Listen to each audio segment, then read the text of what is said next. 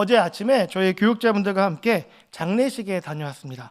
저희가 집례를 주관하지는 않아서요, 예배에 참석만 했는데요, 그 예배 가운데 대표 기도를 그 고인이 다니신 교회 장로님이 해주셨는데, 아마도 고인과 오랜 시간을 함께 신앙생활을 해오신 분 같아 보였습니다. 기도를 하시는 가운데 고인이 계속 생각이 나셨던지 목이 메어 하시다가 끝내는 울음을 터뜨리셨습니다. 그러자 여기저기서 함께 흐느끼는 소리가 들려왔습니다. 그 소리를 듣다 보니까요, 그런 생각이 들더라고요. 아, 고인은 참 좋은 분이셨겠구나. 생전에 성도분들과 참 따뜻하게 교제하고 사랑을 나누시던 선한 분이셨겠구나. 그래서 지금 이 울음은 분명 슬프고 아픈 눈물이지만 동시에 그런 좋은 분과 함께한 시간이 분명히 있었음을 증명해주는 행복한 울음이기도 하겠구나 싶었습니다. 그래서 이제 이런 표현이 좀 유족들과 고인분에게는 죄송한 표현일 수 있지만 참 아름다운 장례식이었다, 그런 생각을 가지고 돌아왔습니다. 저는 우리 공동체도요, 이런 아름다운 모습들이 흘러 넘치는 공동체가 되었으면 좋겠습니다. 그런데 이런 아름다운 모습들은요, 다들 잘 아시겠지만 그냥 저절로 되는 게 아니라는 것입니다. 교회에 와서 정해진 시간에 예배만 딱 드리고 가게 되는 그런 깔끔한 신앙생활로는요, 이런 거 절대 누릴 수가 없다라는 것입니다. 우리에게는요, 틈이 좀 필요합니다. 내 삶에 다른 지체들이 비집고 들어올 수 있는 틈이 있어야 된다라는 것입니다. 여러분, 우리가 다른 지체들에게 다가갈 때도 그냥 무작정 앞뒤 분간하지 않고 그냥 달려드는 게 아니잖아요.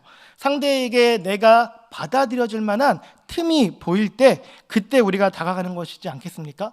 그 틈을 우리가 상대 지체에게만 바라는 것이 아니라 우리 각자도 스스로 준비를 해야 한다는 것입니다. 다른 사람을 위한 시간, 다른 사람을 위한 재정, 다른 사람을 위한 체력 등등 우리가 준비한 그 틈으로 다른 지체들이 함께 들어올 수가 있는 것입니다. 이렇게 서로를 위해 내어주는 그 틈이 서로에게 흠이 되는 것이 아니라 우리 공동체를 더 하나 되게 만드는 사랑의 통로가 될 줄을 믿습니다. 우리 주변에 있는 성도분들과 이렇게 한번 인사해 보실까요? 틈으로 사랑합시다. 틈으로 사랑합시다. 네, 서로의 틈에 주님의 은혜와 사랑을 채워주시는 우리 공동체가 되기를 소망합니다. 우리가 계속해서 갈라디아서를 보고 있는데요, 아마도 당시 그 갈라디아 교회 성도분들은요, 서로에게 이렇게 주님의 은혜와 사랑을 채워주는 일에 있어서는 큰 어려움을 겪고 있지 않았을까 생각이 됩니다. 왜냐하면 이 갈라디아서 성경에 빼놓을 수 없는 핵심적인 주제가 무엇입니까? 바로 율법입니다. 여러분 한번 생각을 해보실까요? 율법이 주된 관심사가 된 공동체는요, 우리에게 어떤 모습을 보여줄 수 있을까요? 서로에게 너그럽고 따뜻하고 사랑이 넘치는 모습을 보여주겠습니까? 아니면 엄격하고 단호하고 비판적인 모습을 보여주겠습니까? 아마도 후자의 모습이 더 가깝지 않겠습니까? 무언가 위축되어 있고 무언가 긴장하고 있는 모습이 역력한 모습의 공동체가 그 당시 갈라디아의 교회의 모습이지 않았을까 싶습니다. 만약 그렇다고 한다면 승천하신 예수님께서는 다시 이 땅에 돌아오셔야 됩니다. 그리고 다시 한번 십자가의 길을 걸으셔야 합니다. 왜냐하면 마태복음 11장 28절의 말씀을 다시 쓰셔야 하기 때문인 것입니다. 마태복음 11장 28절은 우리에게 이렇게 말씀합니다. 수고하고 무거운 짐진 자들아 다 내게로 오라. 내가 너희를 쉬게 하리라. 아멘. 이 마태복음에서 말씀하는 무거운 짐이란 건요, 우리가 감당하고 있는 모든 사람이 지고 있는 인생의 막연한 짐을 의미하기보다는 당시의 그 종교 지도자들에 의해서 자행되던 율법에 대한 지나친 강조와 과장을 의미하는 것입니다. 당시 율법학자들은 율법을 그 백성들에게 가르칠 때에 그 율법이 가지고 있는 본래의 의미와 내용들보다 훨씬 더 무겁고 훨씬 더 부담스럽게 가르치고 있었습니다. 예를 들어 본다면 마태복음 12장을 보면 안식일에 예수님과 그의 제자들이 밀밭을 걸어가고 있는데요, 그때 제자들이 무척이나 배가 고팠던 것 같습니다. 그래서 그들이 밀밭에서 이삭을 잘라먹은 일이 나오게 됩니다. 그러자 바리새인들이 안식의 규정을 어겼다라고 하면서 예수님과 그의 제자들을 심각하게 비난하는 장면이 나오고 있습니다. 물론 신명기에 기록된 말씀들을 살펴보면요, 제자들이 이삭을 잘라먹은 그 행동은요, 안식일 규정에 어긋나 보이기는 합니다. 그렇지만 이 신명기 말씀에서 안식일에 이삭을 자르지 말라는 의미는요, 이삭을 자르는 행동이 나쁜 행동이기 때문에 금지한 것이라기보다는 수확이라는, 곧 이삭을 잘라서 추수물을 얻는 그 행동이 곧 인간의 욕심을 채우는 행동을 멈추지 않고서는 하나님이 허락하신 안식을 제대로 누리지 못하기 때문에 그 행동을 금하셨던 것입니다. 그런데 반대로 안식일에 굶주린 사람들이 찾아오자 가지고 있는 식량을 나누어 주기 위해서 이삭을 잘라주면서 그 사람들에게 하나님의 사랑을 보여주고 그 사랑 안에서 안식할 수 있도록 도와준다면 과연 이것이 하나님께 안식일 규정을 어긴 것으로 혼이 날 수 있는 걸까요? 그렇지 않다라는 것입니다. 오히려 배고파하는 이웃들을 앞에 두고도 율법을 지켜야 한다는 이유로 모른 체하고 그냥 돌려보낸다면 그 모습이 오히려 하나님께 더 혼이 나는 모습일 수 있을 것입니다. 이러한 율법의 맥락은 이해하지 않고서 그저 율법을 문자적으로 지키는 일에 온갖 힘을 썼던 것이 바로 당시 바리새인들이었습니다. 아마도 그들은 자신들이 조금 더 잘 다루고 있는 그 율법을 더 강조하고 강화시킴으로써 백성들 가운데 자신들의 입지, 자신들의 입장을 더욱더 견고하게 만들고 싶었던 것 같습니다. 그 결과 많은 백성들은 이미 안 그래도 무거운 율법의 짐을 2중, 3중으로 떠안고 있었습니다. 그래서 예수님께서 이 땅에 오셔서 그 무거운 짐에서 해방시켜 주셨는데 지금 갈라디아 교회는요, 예수님이 허락해 주신 그 자유함 대신에 오래도록 짓눌려 왔던, 그래서 이제야 간신히 벗게 된 그 무거운 율법의 짐을 다시 짊어지려고 하고 있었기 때문에 사도 바울이 보기에는 이건 무척이나 심각한 문제가 아닐 수 없었던 것입니다. 그래서 오늘 우리가 읽었던 본문 21절에서 사도 바울은요, 굉장히 감정적인 어조로 이야기를 하는 것입니다. 우리 21절을 다시 한번 같이 읽어보시겠습니다.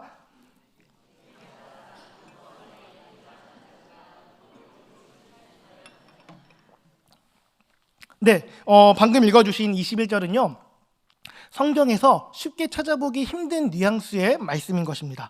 갈라디아서의 표현을 따르면 다른 복음, 곧 거짓 복음을 전하며 성도들을 선동하는 사람들을 향해서 그들을 향한 이 사도 바울의 비아냥과 혹은 조롱에 가까운 그 뉘앙스가 담겨 있는 것이 21절입니다. 21절 말씀을 다르게 표현하면 이런 겁니다. 너네 율법을 잘 안다며 그런데 어떻게 율법을 하나도 모르는 사람처럼 그렇게 살아가고 있느냐? 너네 진짜 율법을 알고 있기는 한 것이냐? 마치 추궁에 가까운, 이토록 공격적으로 이야기하는 사도 바울의 모습은요, 그렇게 흔하게 찾아볼 수 없습니다. 그런데 여기서 더 흥미롭게 보여지는 표현이 뭐가 있느냐? 율법 아래에 있는 자라고 하지 않고 율법 아래에 있고자 하는 자들이라고 표현하는 것입니다. 아마도 여기 역시 조롱의 의미가 담겨 있지 않을까 싶습니다. 여기 사도 바울이 이야기하는 율법 아래라는 표현 속에는요, 신의 산 언약을 전제하고 있습니다. 신의 산 언약은 율법을 지키면 하나님이 약속하신 그 많은 축복들을 받게 될 것이지만 율법을 지키지 않으면 그 하나님이 경고하신 대로 저주를 받게 된다는 율법 언약, 행위 언약을 가리키는 것입니다. 그런데 이 행위 언약에는 치명적인 문제가 하나 있습니다. 뭐냐 하면 하나님께서 우리에게 요구하시는 그 율법의 행위들을 완전하게 순종하는 자가 존재하지 않는다는 것입니다. 율법으로 완전함에 이르는 자가 결코 없기 때문에 행위 언약의 끝은요, 어떤 엄밀히 말하면 모든 사람이 저주를 받을 수밖에 없는 것으로 결론이 날 수밖에 없는 것입니다. 그런데 사실 갈라디아 교회의 상황은요, 여기 뭐 이런 대단한 수준까지 이르렀던 것은 아니었습니다.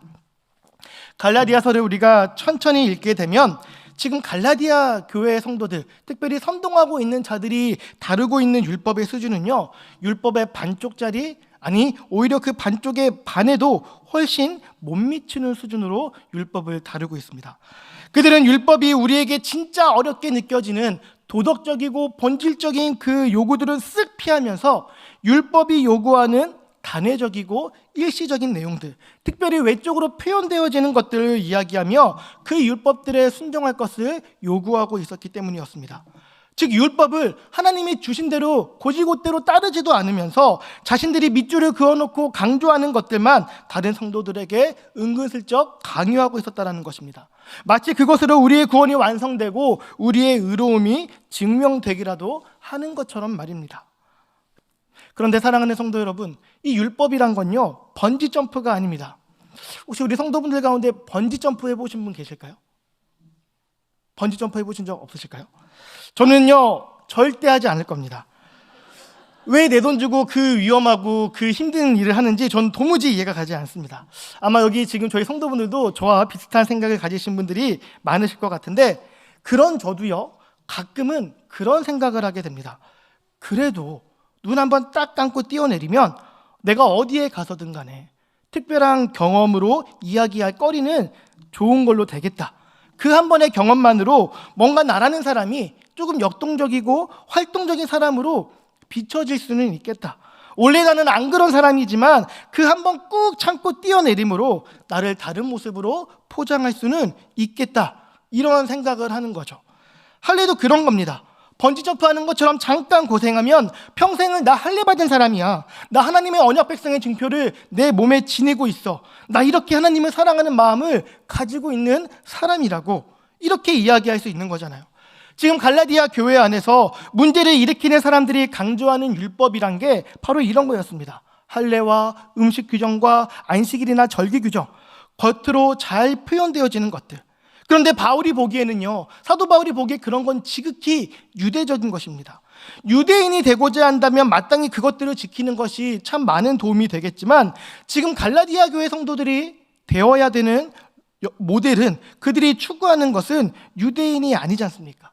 여러분, 우리가 성경의 표현에 비추어서 우리가 참 이스라엘 백성이다라고 이야기하지만 거기에 담겨있는 의미는 우리가 이스라엘 그 나라의 국적을 취득하고 이스라엘 문화대로 살려는 사람이 된다라는 의미는 결코 아니지 않습니까? 근데 지금 한 번에 쓰거나 잠깐의 헌신으로 평생을 퉁칠 수 있겠다는 이 못된 인간의 계산이 예수님을 가리려 하고 있었던 것입니다. 율법 아래에 있고자 하면서 그마저도 자신들이 취사 선택한 율법에만 열심을 내는 그 알량한 모습에 사도 바울은 감히 침착할 수가 없었던 것입니다. 그럼에도 여전히 한 공동체의 지체들이기에 그들을 향해서 본인이 내뱉을 수 있는 최대한의 어조로 꾸짖는 것이 바로 21절의 말씀이었습니다. 그리고 나서 이제 사도 바울은 이 상황들 자체가 본질적으로 문제가 있다는 것을 이제 믿음의 조상인 아브라함의 이야기를 끌어와서 논증을 하게 됩니다. 이 갈라디아서에서 아브라함이 언급되는 것은 3장에 이어서 이번이 두 번째입니다. 사도 바울이 자신의 논증을 증명하기 위해서 아브라함을 끌어들이는 데에는 물론 첫 번째는 그 내용에 아브라함의 사례가 딱 부합하는 것도 있었겠지만, 또 다른 한편으로는요, 지금 갈라디아 교회 안에서 선동을 일으키는 자들이 유대적인 배경을 가지고 있었기 때문에 그들이 감히 섣부르게 반박할 수 없는 사람들, 예를 들면 지금 이야기하는 아브라함이나 모세나 다윗 같은 민족의 영웅이자 또한 하나님의 사람으로 여겨진 그들을 자신의 주장을 뒷받침해주는 존재로 삼아서 이 선동자들의 어설픈 반박이나 반대를 저지하려는 목적도 있었을 것입니다.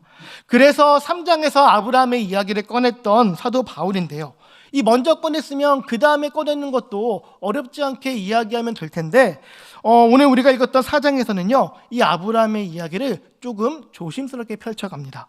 먼저 본문 22절과 23절을 우리가 한번 같이 읽어보도록 하겠습니다. 읽겠습니다.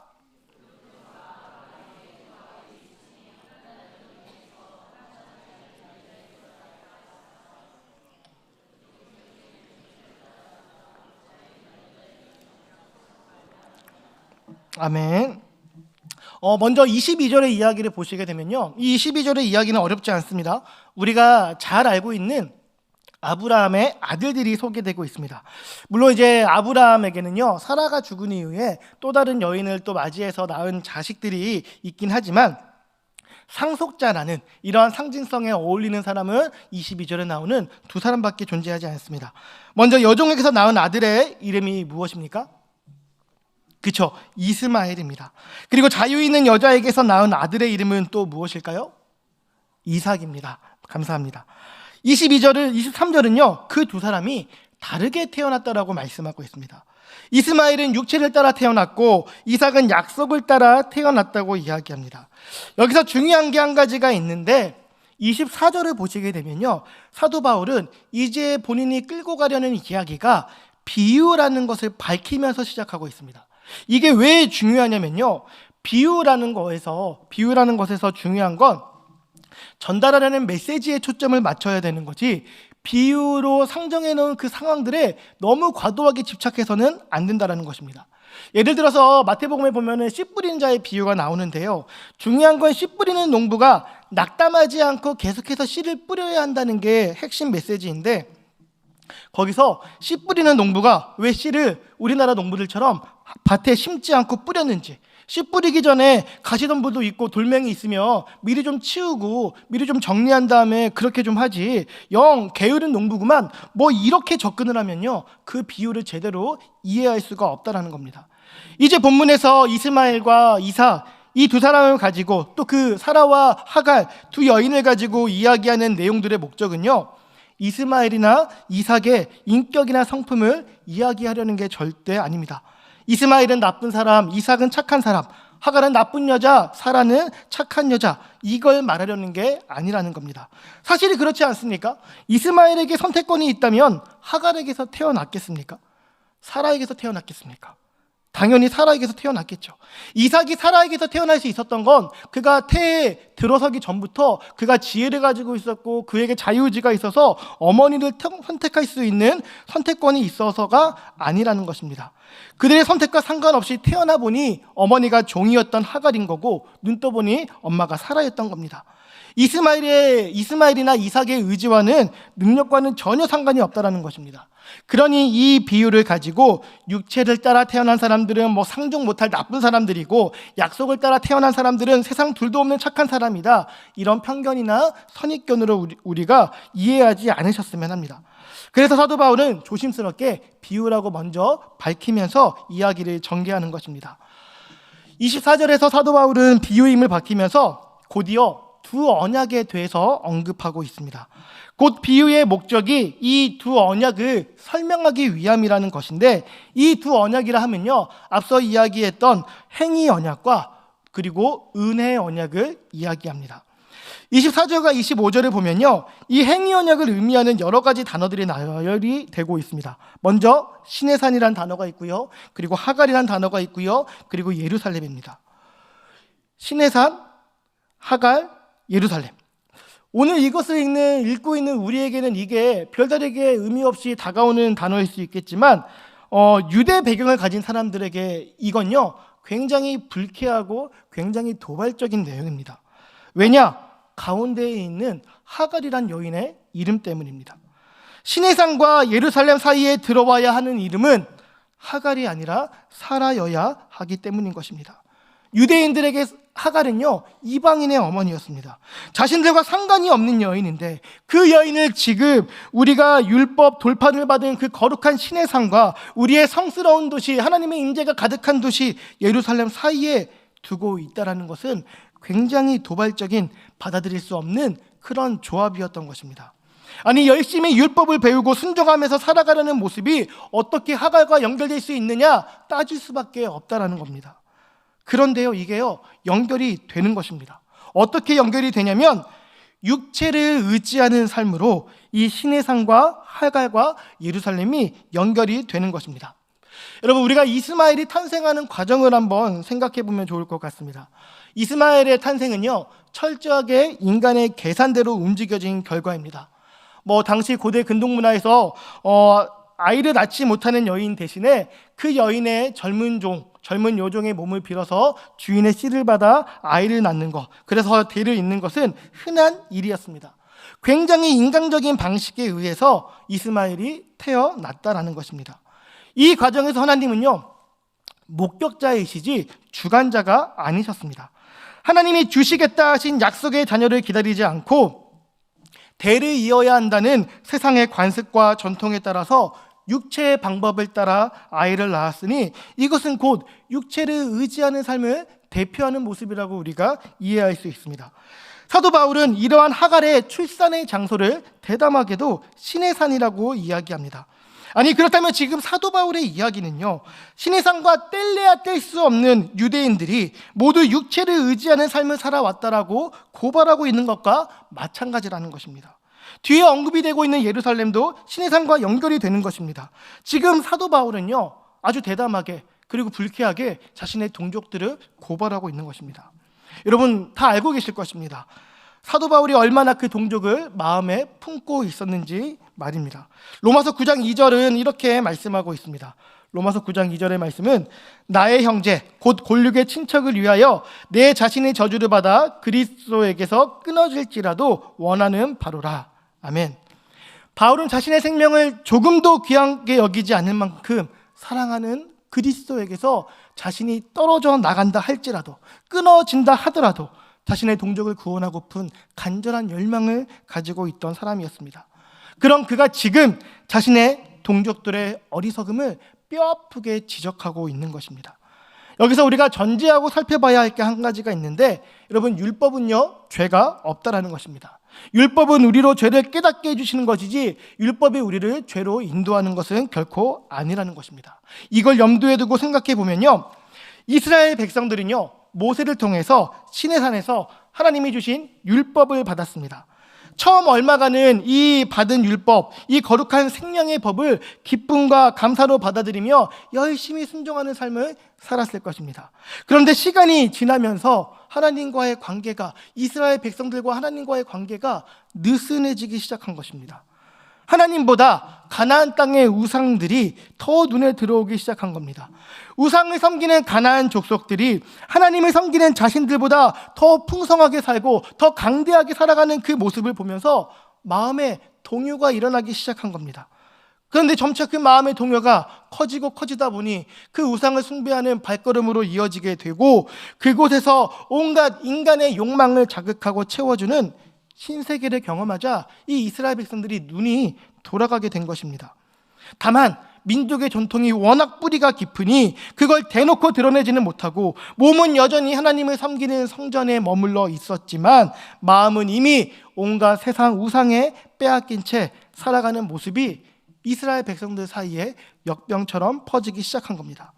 그 결과 율법에서 하나님은 사라지고요, 율법의 내용만 남게 되었습니다.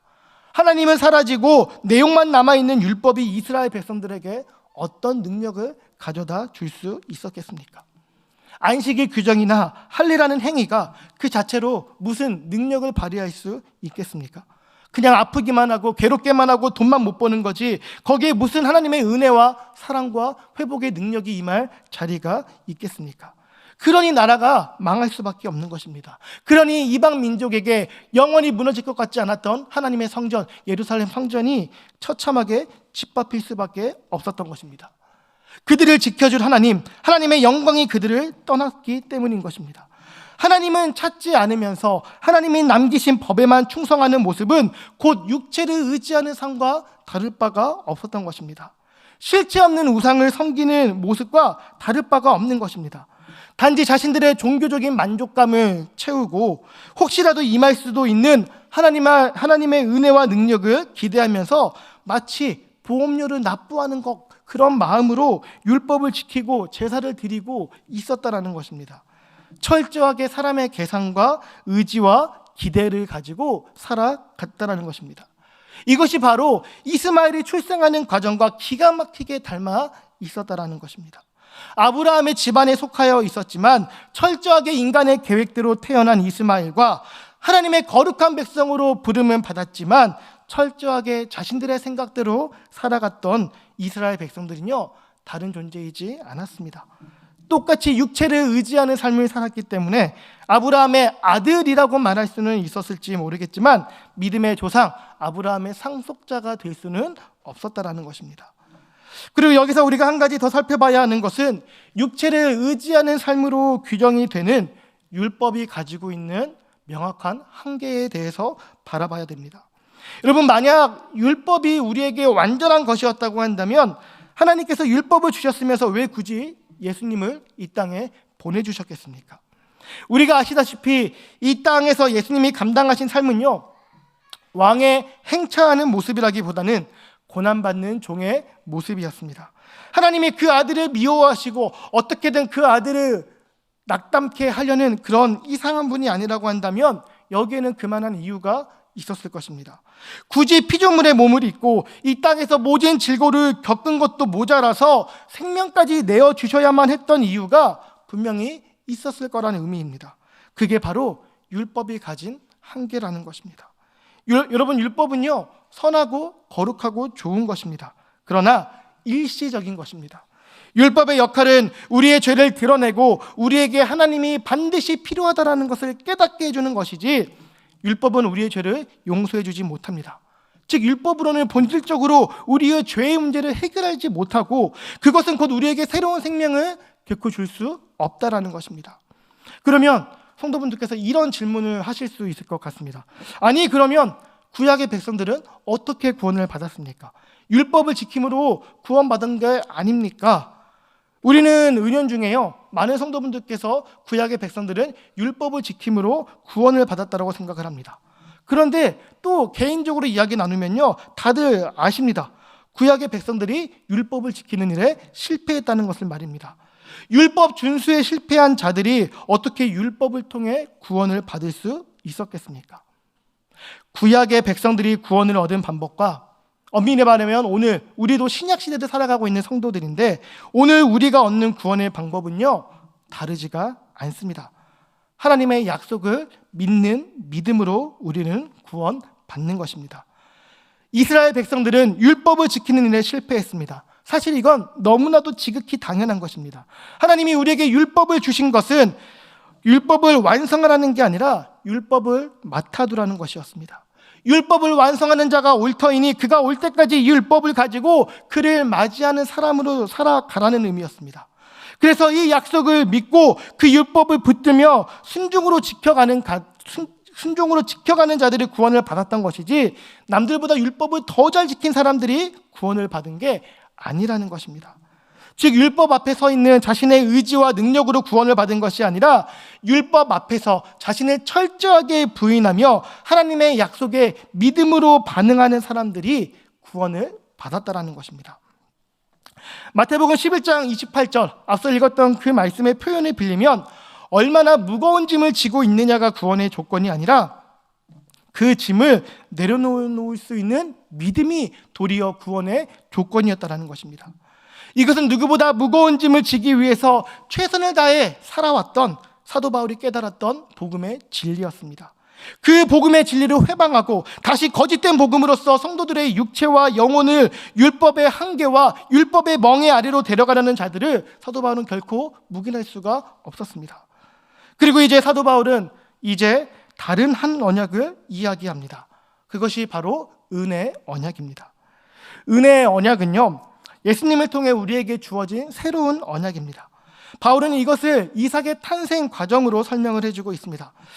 사실 아브라함과 사라는 우리가 잘 알고 있는 것처럼 출산을 할 수 없던 몸이었습니다. 출산의 관점에서 본다면 이미 아브라함과 사라는요, 죽은 몸이나 다름이 없었습니다. 그런데 그런 그들에게 한 가지 남아있는 게 있었으니 그것이 무엇이었습니까? 하나님의 약속이었습니다. 물론 이 약속도 하나님의 관점에서는 약속이지, 아브라함과 사라는요, 이 약속을 조금 과장해서 표현하자면 허무맹랑한 소리로 치부했었습니다. 아무리 하나님이라도 하나님 이건요 너무 불가능한 이야기예요. 마음만 감사히 받겠습니다. 그냥 지금 있는 내 아들 이스마엘이나 잘 돌봐주세요. 이렇게 반응했습니다. 인간의 눈으로 보자면 아브라함과 사라의 반응이요, 이해하지 못하는 그런 나쁜 반응이라고 생각하지는 않습니다. 오히려 더 합리적인 반응인 것 같습니다. 그 약속을 믿고 태어날 아이를 기다리는 건 20, 30대의 신혼 부부라면 모르나 그때가 언제인지 전혀 기억도 나지 않는 노년의 아브라함과 사라에게는 결코 쉽지 않은 일이었습니다. 그런데 어떻습니까? 다 끝났다고 생각한 그 육체에서 결국은 새로운 생명이 태어나게 되었습니다. 하나님의 능력이 모두가 허무맹랑하다고 생각한 그 약속을 분명하게 성취하였습니다. 사실 이런 모습은요, 하나님께서 아브라함과 언약을 맺을 때도 동일하게 나타나는 반복되어진 모습입니다. 창세기 15장을 보면요, 하나님과 아브라함이 처음에 대화를 나눕니다. 그 대화 중에 하나님은 아브라함에게 이야기를 하십니다. 이스마엘이 너의 상속자가 아니라 내 몸에서 태어날 사람이 그가 너의 상속자가 될 것이다, 이렇게 말씀을 하십니다. 그리고 나서 하나님께서 아브라함과 언약을 맺으시는 그런 장면이 나오는데요. 동물들의 사체를 둘로 나눠서 가운데에 공간을 두셨습니다. 이거는 당시 문화 속에서 왕과 왕이 서로 동맹을 맺을 때 사용하던 의식이었습니다. 두 왕이 그 사체를 둘로 나눠진 그 공간을 함께 거닐면서 둘 중에 한 사람이 그 동맹의 맹세를 어길 경우에는 이 쪼개진 짐승처럼 저주를 받게 될 것이다. 그런 의미가 담겨져 있었습니다. 그런데 이 언약을 맺을 때 아브라함은 가만히 있었고요. 하나님만 혼자서 그 사이를 불로 지나가셨습니다. 여러분, 이게 무슨 의미겠습니까? 언약을 통해서 하나님께서 아브라함에게 묶여 주시겠다라는 것이었습니다. 다만 아브라함은 지나가지 않았으니, 아브라함, 너가 비록 나에게 언제나 충성하지 않고 가끔은 흔들리고 가끔은 내 마음을 아프게 하고 넘어진다 하더라도 그것으로 내가 너를 저주하지 않고 내가 이 언약을 끝까지 지켜나가겠다라는 하나님의 단호한 의지가 담겨 있는 것이었습니다. 아브라함의 열심이 언약의 핵심이지 않았습니다. 하나님의 열심이 그 언약의 핵심이었습니다. 그리고 그 언약이 이제 예수님을 통해서 우리에게 더욱더 분명하게 다가오는 것입니다. 우리의 열심과 헌신이 구원의 근거가 되는 것이 아니라 우리를 위해서 예수님께서 행하신 일들을 믿는 것, 그리고 그 믿음을 소유한 자로서 살아가겠다는 우리의 신앙 고백을 구원의 근거로 삼아 주시겠다는 것이었습니다. 구원을 통해서 우리가 얻게 될 영광에 비하면요, 우리가 치러야 할 것은 거의 없는 것이나 마찬가지입니다. 이러한 은혜가, 이러한 선물이 예수 그리스도를 통해서 우리에게 주어졌거늘 왜 너희들은 이것을 믿지 못하고, 왜 너희들은 이것을 받아들이지 못하고 또다시 이루지도 못할 육체로 구원을 얻으려 하느냐? 너희가 누구냐? 육체로 태어난, 육체를 따라 살아가는 이스마엘이냐? 아니다. 너희들은 이삭과 같이 약속의 자녀들이다. 아브라함의 상속자이며 또한 하나님의 상속자이니 율법의 멍에는 벗어던지고 참 자유 가운데 살아가기를 바라노라. 이것이 바로 사도 바울이 갈라디아 교회 성도들을 향한 간절한 외침이었던 것입니다. 사랑하는 성도 여러분, 우리 인간이여 참 어리석고 우둔한 존재입니다. 제가 얼마 전에 재수하는 한 학생을 만났는데요, 지금 학원을 다니고 있는데 학원이 너무 빡세대요. 옆에 있는 사람과 대화하면요 벌점을 받는데요. 그리고 그 벌점을 얼마 이상 받으면 학원에서 쫓겨난다고 합니다. 그런데 이 대화 금지가 수업 시간이나 어떤 교실에서만 해당되는 게 아니라 학원에 있는 시간 내내 통용이 되는 것 같았습니다. 이 학원 선생님들이 몇몇 분들이 불특정한 시간에 화장실에 미리 숨어 계시다가 학생들이 화장실에서 몰래 이야기를 하다가 그 소리가 들리면 화장실 문을 탁 치고 나오면서 벌점을 부여하신다고 합니다. 선생님들 정말 대단하지 않으십니까? 그런데 이 뛰는 선생님들 위에 나는 학생들이 있었습니다. 그래서 이 아이들이 뭘 선택을 했느냐? 수화를 하기 시작했다고 합니다. 네. 그래서 화장실에 가서 뭔가 선생님이 계실 만한 눈치가 보이면 자기한테 말 걸지 말라, 그리고 여기 선생님 계시니까 소리 내지 말라, 그런 거 이렇게 수화로 표현을 한다라는 이야기를 들었습니다. 저도 막 옛날에 재수할 때랑 그 좀 스파르타식으로 유명했던 토플 학원에 다니던 그 기억이 많이 났습니다. 아니 우리가 학원을 다닐 때 내 돈 내고 다니는데 그러면 대접받아야 하는 것인데 우리는 내 돈을 많이 내고도 이렇게 노예 같은 생활을 하는데도 좋다고 그렇게 학원을 다니고 있습니다. 사실 잘 따지고 보면 학원만 그러는 게 아닙니다. 우리 삶의 대부분의 영역에서 우리는 생각보다 자유함을 버거워할 때가 참 많이 있습니다. 우리의 삶이 통제되지 않으면 도리어 불안함을 느끼게 되더라고요. 그래서 우리의 본성은요, 어떻게든 율법 아래에 들어가려고 하는지도 모르겠습니다. 율법의 멍에와 통제 아래에서 그래서 내가 이 정도는 하고 있으니까 내 믿음이 이 정도 되고 있는 상황일 거야, 안심하려는 거예요. 그런데 그건요, 하나님이 우리에게 주시는 그런 위로나 위안이 아니라 스스로가 스스로에게 주는 자기 위안일 뿐입니다. 하나님은요, 우리에게 참된 자유를 주시기 원하십니다. 물론 하나님이 우리에게 주고자 하시는 자유라는 건요, 우리가 생각하는 내 마음대로 모든 걸 할 수 있는 그런 것들을 의미하는 것은 아닙니다. 사실 그런 건 자유가 아닙니다. 더 정확히 그런 걸 가리키는 단어가 있습니다. 그게 뭐냐 하면 본능이라는 것입니다. 떠오르는 대로, 생각하는 대로 말하고 행동하는 건 자유가 아니라 본능입니다. 막 기어다니는 아이들의 모습을 생각해 보세요. 그 모습을 자유롭다라고 이야기할 수 있겠습니까? 그거는 자유가 아닌 본능이라는 것입니다. 그런데 하나님은요, 우리에게 진짜 자유를 주십니다. 여러분, 우리의 자유는요, 본질적으로 행복을 추구합니다. 나를 불행하게 만들기 위해서 내게 허락된 자유를 사용하는 사람은 존재하지 않습니다. 그런 사람이 있다면요, 얼른 병원에 가셔야 됩니다. 여러분, 인간이 가장 그렇다고 한다면 우리가 가장 자유로울 때 우리는 가장 행복할 수 있다라고 말할 수 있을 것입니다. 여러분, 인간이 가장 행복할 때가 언제이겠습니까? 좋은 사람을 만나고 맛있는 음식을 함께 먹고 좋은 집에서 편안하게 쉬는 것도 참 행복하긴 하겠지만 그런 건요 다 일시적입니다. 그러한 행복들이 주는 모든 것들은요 다 물리적이고 시간적인 한계가 명확합니다. 그래서 행복의 크기와 행복의 지속성으로 우리가 가장 행복한 때를 뽑아보라고 한다면 바로 그때는요 하나님을 만날 때입니다. 우리를 창조하신 분이기 때문에 우리에게 가장 필요한 것이 무엇인지를 나보다 더 잘 아시고, 설령 그 필요한 것이 이 세상에서 다 사라지고 없어져 버렸다 하더라도 없는 것도 있게 하시고 죽은 것도 살리신 하나님께서 원하시면 다 되게 하시니 이 절대자의 능력을 목격하고 이 절대자의 영원한 사랑 앞에 서는 것보다 우리를 더 행복하게 만들 수 있는 것이 무엇이 있겠습니까? 이 절대자가 함께하는 인생에 흠집 하나 생긴다고 해서 그게 그렇게 큰 문제가 되겠습니까? 그래서 하나님께서 우리에게 자유를 주시는 것입니다. 우리에게 주신 자유로 하나님의 사랑 앞으로 나아오라고 말씀하십니다. 그 길을 우리 예수님께서 이 땅에 오셔서 열어주셨습니다. 하나님과 우리 사이에 막혀있는 담을 허물어 주셨습니다. 이제 우리는 그 사실을 믿고 그 길을 걸어가기만 하면 되는 것입니다.